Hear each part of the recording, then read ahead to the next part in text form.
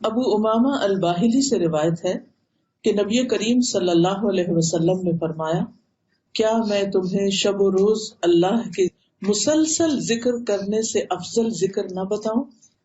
کیا میں تمہیں دن رات اللہ کے مسلسل ذکر کرنے سے افضل ذکر نہ بتاؤں؟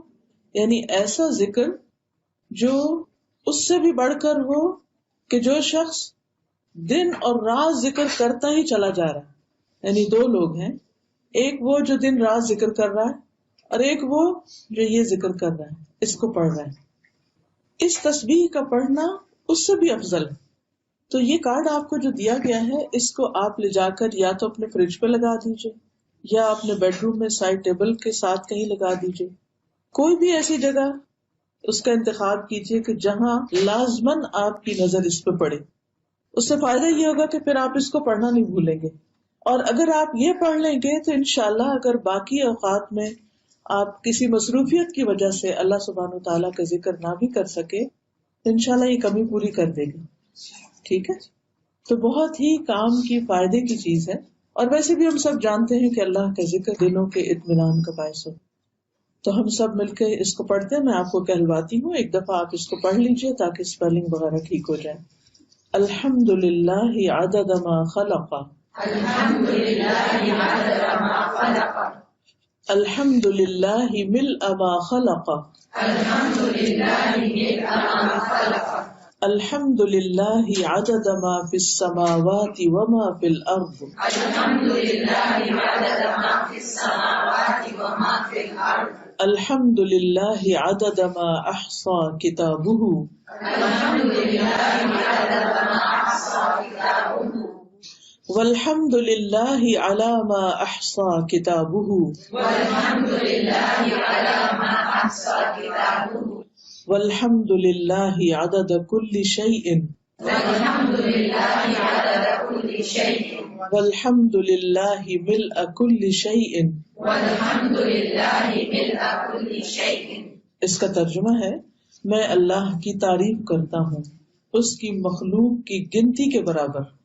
مخلوقات میں کیا کیا ہے؟ آسمان، زمین، چاند، ستارے، سمندر، دریا، پہاڑ، درخت، ہر چیز، یو نیم اٹ، سب اللہ ہی کی مخلوق ہے، اللہ ہی کی پیدا کردہ ہے، اللہ سبحانہ و تعالیٰ ہی کی بنائی ہوئی. اب آپ دیکھیے کہ ایک تسبیح آپ وہ کرتے ہیں جو آپ اپنے ہاتھ سے کرتے ہیں، ہاتھ سے سبحان اللہ سبحان اللہ سبحان اللہ، الحمد للہ الحمد للہ الحمد للہ، بہت اچھی بات ہے. لیکن ایک آپ یہ کہتے ہیں کہ میں اللہ کی تعریف اتنی بار بیان کرتا ہوں جتنی اس کی مخلوق کی تعداد ہے. ہم گن سکتے ہیں کتنی تعداد ہے؟ اگر اس ساری مخلوق کی ایک تسبیح بنائے تو ہماری زندگی ختم ہو جائے اور ہم اس کا ایک چھوٹا سا حصہ بھی نہ پڑھ سکیں.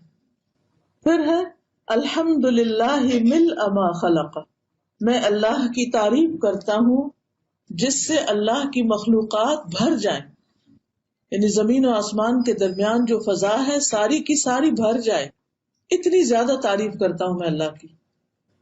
پھر ہے الحمد للہ عدد ما فی السماوات وما فی الارض، میں اللہ کی تعریف کرتا ہوں ان چیزوں کی گنتی کے برابر جو آسمان اور زمین میں ہے. کوئی شخص یہ کہہ سکتا ہے کہ بھئی ابھی تو ساری مخلوق کی بات ہو گئی، تو پھر اس کے بعد دوبارہ آسمان اور زمین کی الگ الگ کیوں بات ہو رہی؟ تو ایسا ہوتا ہے، کلام کا ایک اسلوب ہوتا ہے کہ کل کے بعد جز کی بات بھی ہوتی ہے، پھر اس کی تفصیل کی بات بھی ہوتی ہے. کیونکہ جس انسان کا دل بھرے ہی نہ اللہ کی تعریف کر کے، پھر وہ مختلف طریقوں سے اپنے جذبات کا اظہار کرتا ہے اور اس بات کو دہراتا ہے. پھر ہے الحمد للہ عدد ما احصى کتابہ، میں اللہ کی تعریف کرتا ہوں ان چیزوں کی گنتی کے برابر جنہیں اس کی کتاب نے شمار کیا، یعنی لوح محفوظ میں جو کچھ لکھا ہوا ہے.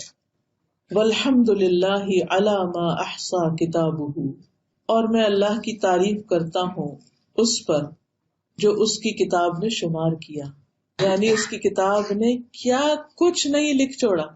لوح محفوظ میں کیا کچھ لکھا ہوا ہے؟ کل کبیر و صغیر مستطر. تقدیر پر ایمان لانے کا حصہ ایک یہ ہے کہ ہم اس بات کو مانیں کہ سب کچھ جو بھی ہے اللہ نے بنایا، سب چیزیں جو اللہ نے بنائی وہ اللہ کے علم میں ہے. اللہ سبحانہ وتعالیٰ کے علم سے چھپی ہوئی کوئی بھی چیز نہیں. کوئی بھی چیز زمین یا آسمان کی چاہے ذرے کے برابر ہو اللہ کے علم سے غائب نہیں ہو سکتی. سب کچھ اس کو معلوم ہے. پھر تقدیر پر ایمان لانے کا ایک حصہ یہ بھی ہے کہ جو اللہ کا علم ہے وہ اس کی کتاب یعنی لوح محفوظ میں سب لکھا ہوا بھی ہے. یعنی اللہ سبحانہ وتعالیٰ کا یہ علم جو اس کی مخلوقات کے بارے میں وہ سب لکھا ہوا ہے. تو اس پر اللہ کی تعریف کہ اس کی کتاب میں کیا کچھ لکھا ہوا ہے. کوئی چیز ہے ہی نہیں کہ جو اس سے چھٹ گئی ہو، ہر چیز لکھی ہو. اب آپ دیکھیے کہ ہر چیز کی جو تفصیل ہے وہ ہمیں معلوم ہے. ہمیں تو کچھ بھی معلوم نہیں. ہمارے جسم کے اندر کتنے سیلز ہیں، کیا ان کی تعداد ہم جانتے ہیں؟ ہم نہیں جانتے. کیا ہم جانتے ہیں کہ اللہ سبحانہ وتعالیٰ نے آسمانوں میں کتنے ستارے بنائے؟ ہم نہیں جانتے. صرف زمین کے ایک پلانٹ پر جتنی ریت ہے اس کے ذرات کی تعداد کیا ہے، کیا ہم جانتے ہیں؟ ہرگز نہیں جانتے. لیکن اللہ سبحانہ وتعالیٰ ہر چیز کا صحیح مکمل کلی علم رکھتا ہے. اب جب آپ یہ کہتے ہیں کہ میں اس کی تعداد کے برابر تعریف کر رہا ہوں اللہ کی، تو اس سے آگے کوئی تعریف ہو سکتی؟ انسان اس سے آگے کچھ نہیں کہہ سکتا. ہاں اللہ سبحانہ وتعالیٰ جیسے اپنی تعریف کرے وہی اس کا حق ادا کر سکتا ہے، ہم اس کا حق ادا کر ہی نہیں سکتے. والحمد للہ عدد کل شیء. پھر بات وہی ہے، انداز مختلف ہے اپنے جذبات کا اظہار کرنے کا، اور اللہ کی تعریف اور تعریف اللہ ہی کے لیے ہر چیز کے عدد کے برابر، ہر چیز کی تعداد کے برابر، ہر چیز کی گنتی کے برابر. والحمد للہ ملء کل شیء. اور میں اللہ کی تعریف کرتا ہوں جس سے ہر چیز بھر جائے. تو اصل میں یہ تو ایک محبت کا انداز ہے. جو شخص اللہ سے محبت کرتا ہے وہ اس کی تعریف کیے بغیر رہ ہی نہیں سکتا. دیکھیے ہم جس سے بھی محبت کرتے ہیں، کوئی بھی چیز آپ لیجئے اللہ ہی کی بنائی ہوئی چیزوں میں سے، کوئی پھول ہے، کوئی پہاڑ ہے، کوئی درخت ہے، کوئی انسان ہے، کسی بھی چیز سے جب ہم محبت کرتے ہیں تو پھر لا محالہ ہماری زبان پر اس کی تعریف آتی، اور ہم اس کی تعریف کرتے ہوئے تھکتے ہی نہیں، کرتے چلے جاتے ہیں. کبھی ایک انداز سے، کبھی دوسرے انداز سے. آپ نے دیکھا ہوگا کہ ماں کو اپنے بچے سے جیسے محبت ہوتی ہے تو وہ اس محبت کے اظہار میں اس بچے کے کتنے کتنے نام رکھ دیتی ہے اور کیسے کیسے اس کو بلاتی، اور پھر بھی اس کا دل نہیں بھرتا. یہ قدرتی سی بات ہے. تو جس شخص کو اللہ سبحانہ وتعالیٰ سے محبت ہو، پھر یہ ہو ہی نہیں سکتا کہ وہ اس کی تعریف کرتے کرتے کبھی تھکے، یا اس کی تعریف سے کبھی اس کا دل بھرے. دل بھر ہی نہیں سکتا. ہم حق ادا کر ہی نہیں سکتے. لہذا یہ ایک چھوٹا سا اظہار محبت ہے، اظہار تعریف ہے، تعریف کا ایک انداز ہے جو ہماری زبان تو بیان کرنے سے قاصر ہے. یہ بھی اللہ کے رسول صلی اللہ علیہ وسلم کا ہم پر احسان ہے کہ انہوں نے ہمیں یہ الفاظ سکھا دیے.